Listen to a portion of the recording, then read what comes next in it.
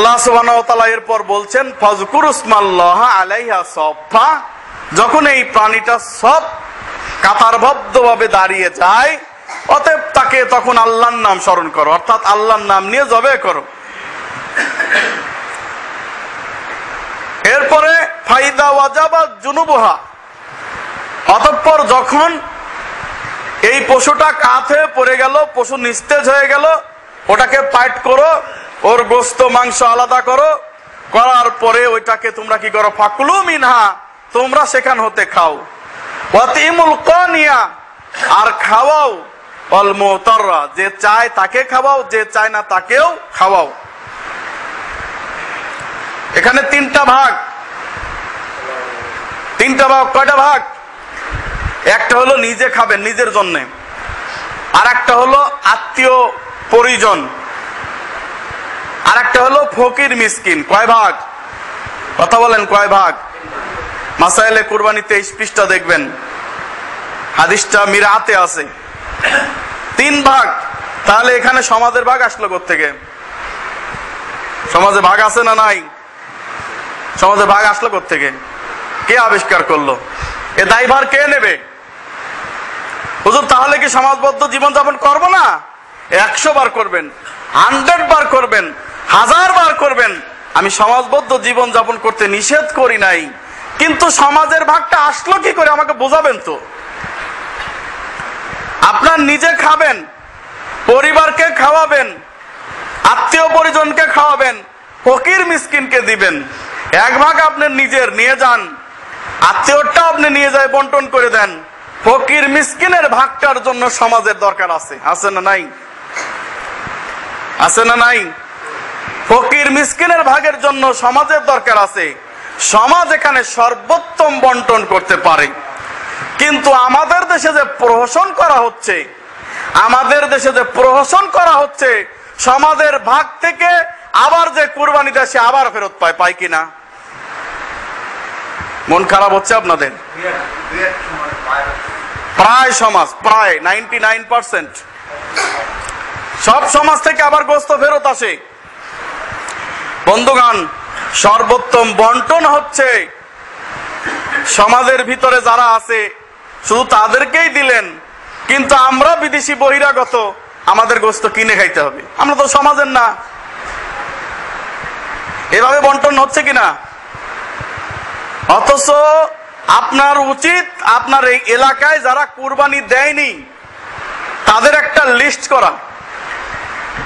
List করেন কারা কারা কুরবানি দেয় নাই এবং আপনার সমাজের ভিতর কারা কারা দেয় নাই, সবার একটা লিস্ট করেন। ও আপনার কাছে সে ফকিরের মতো ভিক্ষা চাইবে তারপরে দিবেন না? এরা আল্লাহর মেহমান, আপনার কাছে সে ভিক্ষা চাইবে, সে তো ফকির। মিসকিন তো আপনার কাছে চাইবে না। আল্লাহ বলছেন নিজে খাও, অপরকে খাওয়াও, যে চায় তাকে, যে চায় না তাকেও। যে চায় মানে সে হলো ফকির, আর যে চায় না মানে সে মিসকিন। মিসকিন বেশি অগ্রাধিকারী, ফকির চেয়ে অনেক পায়, মিসকিন তো পায় না। আপনি একটা লিস্ট করেন, মিসকিন আপনার কাছে আসবে না। ও যদি 1 বছর না খেয়ে থাকে তবু আসবে না। আপনি একটা লিস্ট করেন যে এই এলাকায় কে কে কুরবানি করতে পারে নাই, তাদের একটা লিস্ট করে গোস্ত বন্টন করেন। সমাজের দায়িত্ব এখানে আছে। যেহেতু মানুষ সামাজিক জীব, সমাজবদ্ধ জীবন যাপন করতে হবে, এখানে সমাজের দায়িত্ব হচ্ছে এই গোস্তটাকে ওই লিস্ট অনুসারে ভাগ করে সবার বাড়িতে বাড়িতে যারা কুরবানি করতে পারে নাই তাদের পৌঁছায় দেন। এটা হলো সর্বোত্তম বন্টন।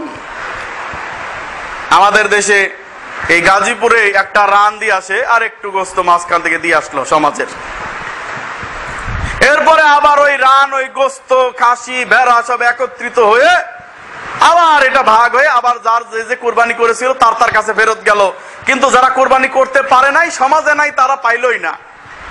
এরকম হয় কিনা? এরকম হয়। কিন্তু এটা তো সঠিক বন্টন হইল না।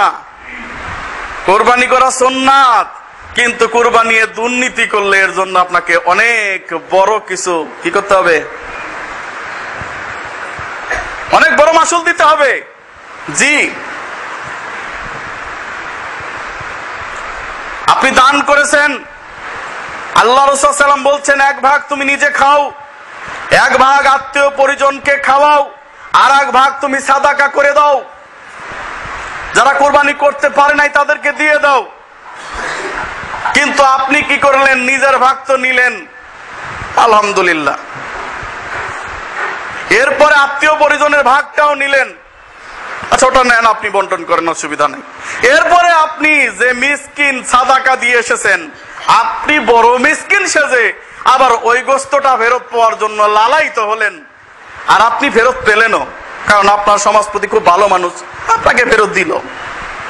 বন্ধুগণ, বুখারী মুসলিম মেশকাতের খণ্ড নাম্বার 2 কিতাবুল সাদাকা অধ্যায়ে 1954 নম্বর হাদিসে উল্লেখ আছে যে নবী করিম সাল্লাল্লাহু আলাইহি ওয়াসাল্লামের সাহাবী হযরত উমর বিন খাত্তাব রাদিয়াল্লাহু তাআলা আনহু আল্লাহর রাস্তায় যুদ্ধ করার জন্য এক ব্যক্তিকে ঘোড়া দান করেছিল। কি দান করেছিল? ঘোড়া দান করেছিল। হযরতে উমরের কাছে ঘোড়া যতদিন ছিল, ঘোড়ার মেইনটেনেন্স রক্ষণাবেক্ষণ খুব ভালো ছিল, ঘোড়া ছিল সোটাম সাটাম। কিন্তু যখন উমর একজনকে দান করলেন, এই লোকটা ঘোড়ার প্রতি যত্নবান হলো না, যে কারণে উমর রাদিয়াল্লাহু তাআলা আনহু বললেন, হে আমার ভাই, তোমাকে আমি দান করেছিলাম কিন্তু তুমি এটার মেইনটেনেন্স করতে পারলে না, তো তুমি এটা আমাকে ফেরত দাও, আমি তোমাকে দাম দিয়ে দিচ্ছি। কি ভাই, দাম দিয়ে কি আবার দানেরটা নেওয়া যায়? কথা বোঝেন নাই বোধ হয়। এই ঘড়িটা আপনাকে আমি দিলাম, হাদিয়া দিলাম। হাদিয়া দেওয়ার পর বলতেছি, ভাই আপনি ঘড়িটা তো আমার অনেক প্রিয় ছিল, কিন্তু আপনাকে আমি হাদিয়া দিয়ে ফেলেছি, এখন আর কি করা? ঠিক আছে ভাই, আপনি যদি এটার ব্যবহার নাই করেন তাহলে আমাকে দেন, আমি দামটা দিয়ে দিই, আপনি আর একটা কিনে নিয়েন। কি ভাই, জায়েজ আছে? জায়েজ নাই। কিনে নিলেও জায়েজ নাই, কথা বুঝতে হবে। কিনে নিলেও জায়েজ নাই। ওমর রাদিয়াল্লাহু তাআলা আনহু রাসূল সাল্লাল্লাহু আলাইহি ওয়াসাল্লামকে জিজ্ঞাসা করতেছেন, আল্লাহর নবী, ঘোড়াটা আমি তাকে দিয়েছিলাম, ঘোড়াটা আমার প্রিয় ছিল, আর আল্লাহর রাস্তায় যুদ্ধের জন্য আমি ঘোড়াটা দিয়েছিলাম, কিন্তু এই ঘোড়া রক্ষণাবেক্ষণ মেইনটেনেন্স ঠিক মতো করে না, আমি কি এই ঘোড়াটাকে দামের মাধ্যমে ফেরত দিতে পারি? এখানে কিন্তু দাম অতিরিক্ত, দামের মাধ্যমে ফেরত দিতে পারি, কিনে নিতে পারি কি? রাসূল সাল্লাল্লাহু আলাইহি সাল্লাম বলেন, ওমর, যে জিনিস তুমি দান করেছো ওটা তুমি কিনেও নিতে পারো না। ওমর, যে জিনিস তুমি দান করেছো ওই জিনিস তুমি কিনেও নিতে পারো না। রাসূল সাল্লাল্লাহু আলাইহি ওয়াসাল্লাম যদি এতটুকু কথা বলে থেমে যেতেন, তাহলে আপনার সামনে হাদিসটা উল্লেখ করতাম না। রাসূল সাল্লাল্লাহু আলাইহি সাল্লাম যদি এতটুকু বলে থেমে যেতেন, তাহলে আপনাদের সামনে আমি হাদিসটাকে উল্লেখ করতাম না। রাসূল সাল্লাল্লাহু আলাইহি সাল্লাম পরেই বলছেন, ওমর, যেই ব্যক্তি দান করে আবার দান ফেরত নেয়, কথা বোঝেন, যেই ব্যক্তি দান করলো আবার সেই দান ফেরত নিল, সেই ব্যক্তি হচ্ছে ওই কুকুরের মতো, কাল ওই কুকুরের মতো যেই কুকুর বমি করে, বমি করার পর ওই বমি আবার সে চেটে খায়। যে ব্যক্তি দান করার পর দানকৃত বস্তু যদি কিনেও নেয়, তাহলে সেই কাল কুকুরের মতো, যে কুকুর নিজে বমি করেছে অতঃপর সেই বমি চেটে খেয়েছে। আপনি কি বললেন? আপনার মুখে কিছুই মানায় না, আপনি এমন কথা বলতে পারলেন? জি না, কিছুই করার নাই, এটা আমার কথা না, এটা রাসূল সাল্লাল্লাহু আলাইহি সাল্লাম বলেছেন। বুখারী মুসলিম মেশকাত খণ্ড নাম্বার 2 কিতাবুস সাদাকাত 1954 নম্বর হাদিস খুললে পাবেন, আর না খুললে জিন্দেগিতেও পাবেন না। অতএব একজন বলছে, ভাই তাহলে তো গরিব মিসকিন আমার চেয়ে বেশি গোশত পায়।